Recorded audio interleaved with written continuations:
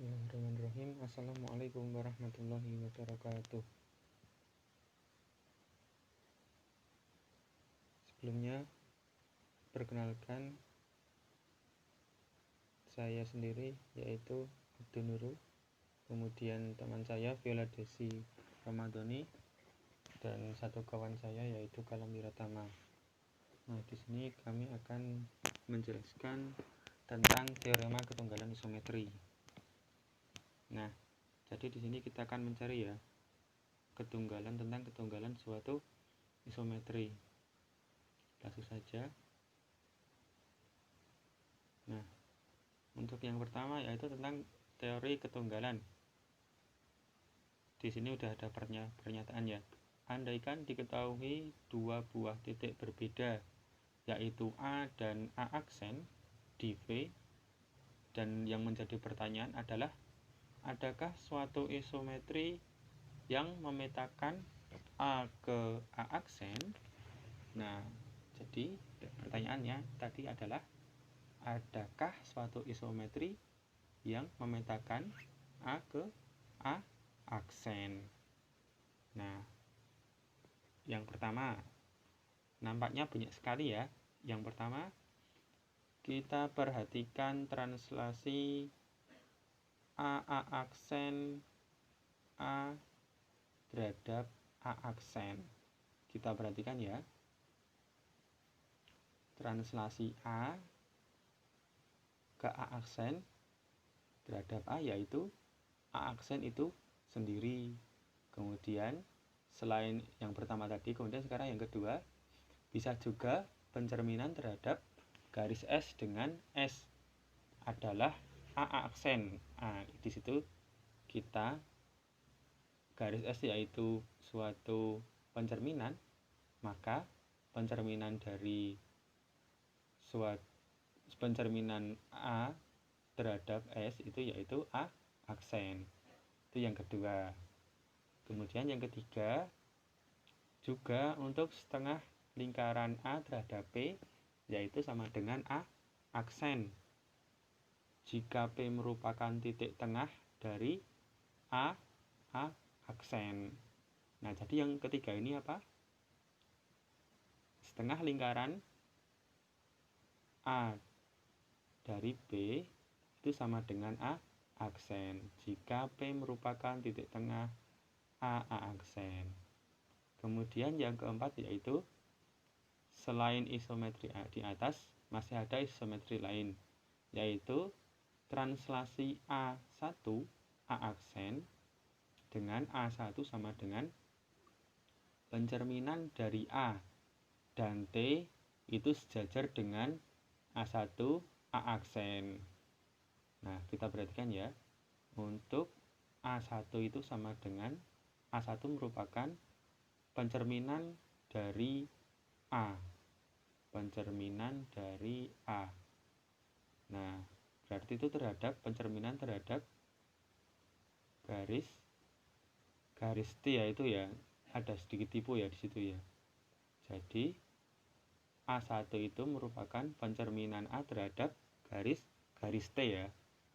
Nah, jadi yang pertama kita bisa membuktikan tadi ya bahwa banyak sekali yang merupakan suatu isometri. Jadi yang pertama dari apa? Dari translasi A aksen A sama dengan A aksen. Kemudian yang kedua, jika pencerminan terhadap garis S, maka kita akan dapatkan A aksen. Sehingga pencerminan dari A terhadap garis S yaitu A aksen. Selain itu juga tadi yang ketiga yaitu setengah lingkaran A terhadap B yaitu A aksen jika P merupakan titik tengah A aksen.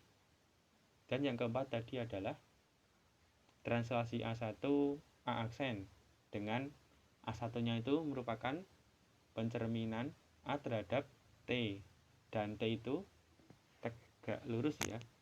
A itu sejajar dengan A aksen A1 A aksen. Lanjut. Nah, kemudian Sekarang kita ke gambar yang kedua.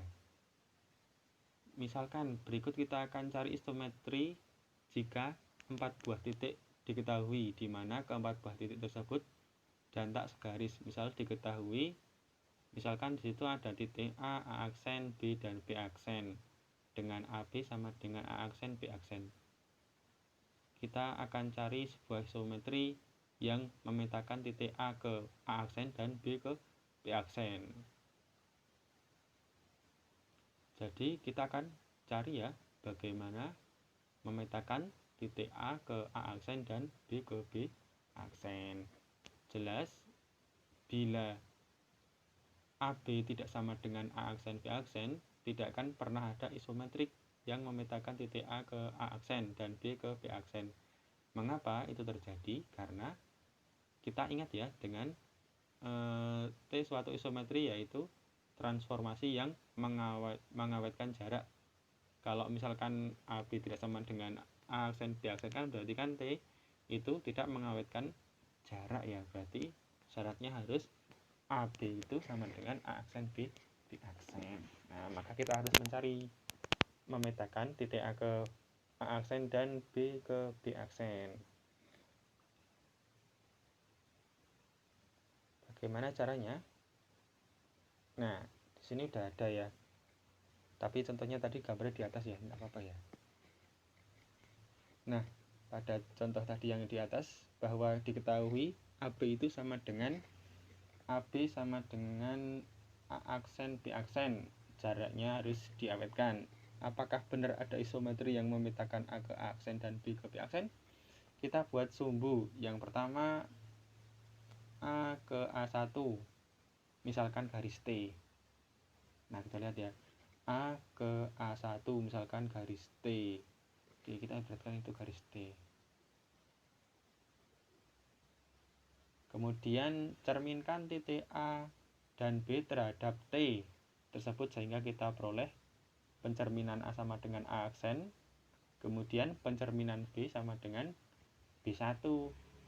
Nah, karena diketahui ternyata di situ kita pertama tadi yang buat kita buat ya garis T, kemudian kita cerminkan A terhadap T, maka akan kita dapatkan A aksen. Kemudian yang kedua tadi kita cerminkan B terhadap T, maka kita mendapatkan B1.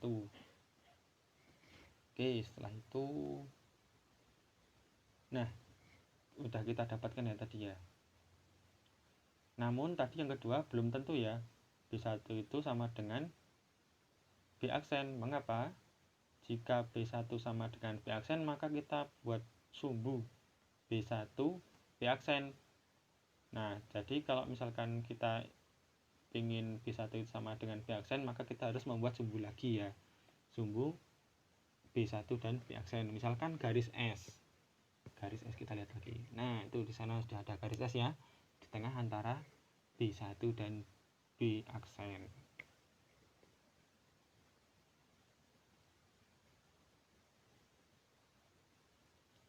Misal garis S ya, saat itu sudah garis S. Garis S tadi itu akan melalui A aksen sebab segitiga B1 B aksen A aksen sama kaki dan A aksen adalah sudut puncaknya. Nah, itu ya. Tadi melewati garis S itu melewati titik dari A1 dan itu merupakan segitiga sama kaki, dan A merupakan titik puncak dari segitiga sama kaki tersebut. Oke, lanjut.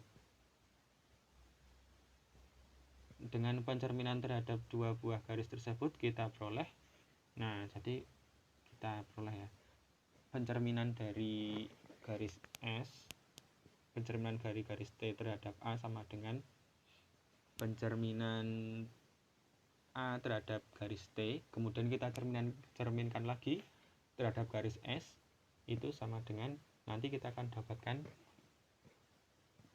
A aksen. Nah, kita lihat contohnya ya. Kemudian sama juga dengan B. Kalau misalkan kita lihat yang di A itu kan kita pertama itu kita cerminkan dengan garis T. Setelah itu kita cerminkan dengan garis S, maka akan mendapatkan A aksen. begitu juga dengan yang B, yang awalnya kita cerminkan dengan garis T, kita akan dapatkan B1, kemudian B1 kita cerminkan terhadap garis S, maka kita akan mendapatkan B aksen. Kemudian B aksen kita cerminkan terhadap garis R, maka akan mendapatkan B aksen juga, karena B1 itu merupakan himpunan ya dari garis R tersebut. Oke, jadi untuk pencerminan S dan pencerminan T isometri yang dicari, karena kita tadi ya mencari untuk AB itu sama dengan A aksen dan B aksen, maka kita temukan pencerminan S dan pencerminan T adalah suatu isometri yang kita cari.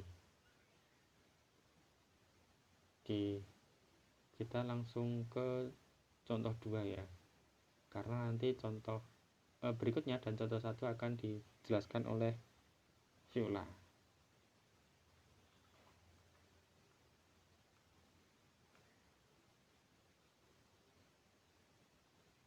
Nah, di sini kita sudah ke contoh yang 7.2.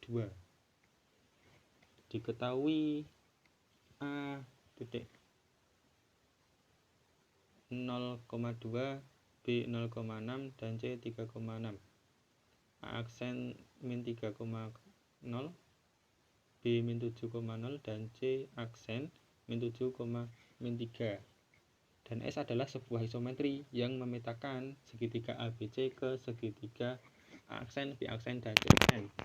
Jika PXY adalah sembarang titik di bidang, maka tentukan S, fungsi S terhadap P ya. Nah, alhamdulillah ya, di sini kita sudah dijelaskan ya. Di contohnya itu sudah ada. Nah, itu sudah digambarkan langsung sudah digambarkan langsung segitiga ABC-nya dan juga segitiga A aksen, B aksen, dan C aksen. Nah, ketika kita sudah membuat gambarnya, maka akan seperti gambar di samping itu ya. Nah, dari segitiga ABC tersebut kita dapat memperoleh segitiga A aksen, B aksen, dan C aksen dengan cara mentransformasikan berturut-turut, yaitu dengan, nah itu sebetulnya tadi ya, kita itu dapat mencari segitiga transformasi dari segitiga ABC kemudian menjadi segitiga A aksen, B aksen, dan C aksen itu melalui beberapa tahap. Itu yang pertama ada melalui translasi dari OA, kemudian nanti kita rotasikan dengan 90 derajat. Kemudian nanti kita translasikan lagi ya. Di sini masih kurang ya sepertinya ya. Iya, belum keketik kemungkinan. Jadi kita nanti bisa translasikan ke OA, kemudian kita bisa rotasikan ke 90 derajat, karena itu positif berarti nanti ke kiri ya, karena berlawanan dengan arah jarum jam. Nah, kemudian kita nanti translasikan lagi dengan AO, kemudian nanti kita cerminkan dengan garis X. Nanti mungkin teman-teman bisa buka di buku ya, karena itu lebih lengkap nanti di buku, di PDF maksudnya. Nah, jadi di sini udah ada caranya tadi ya. Nah, di sini lebih lengkap ya. Jadi ketika kita mau mencari S-nya tadi ada di titik mana ya? Titik dari P tadi, maka yang pertama tadi kita harus mencari translasi dari OA, kemudian rotasi 90 derajat, kemudian translasi OA, kemudian kita cerminkan ke garis X. Nah, maka akan kita dapatkan sebagai berikut ya. Mungkin teman-teman bisa memahami ya. Translasi sudah kita dapatkan materinya di pertemuan yang lalu ya, modul berapa ya lupa. Nah, kemudian setelah kita translasikan, kita rotasi, kita translasikan lagi, kemudian kita cerminkan ya, atau kita balikkan. Nah, didapat jadi untuk fungsi dari P S terhadap P itu kita dapatkan min Y, min 1, min X seperti gambar berikutnya. Nah, jadi tadi soalnya tentukan dari S, fungsi S terhadap P tadi ya. Jadi diketahui gambarnya itu untuk kita sampai ke titik yang tadi sudah diketahui ya, ke A aksen, B aksen, C aksen, yaitu melalui tahapan-tahapan tersebut. Oke, mungkin itu saja yang bisa saya sampaikan. Untuk selanjutnya akan dijelaskan oleh rekan saya. Terima kasih.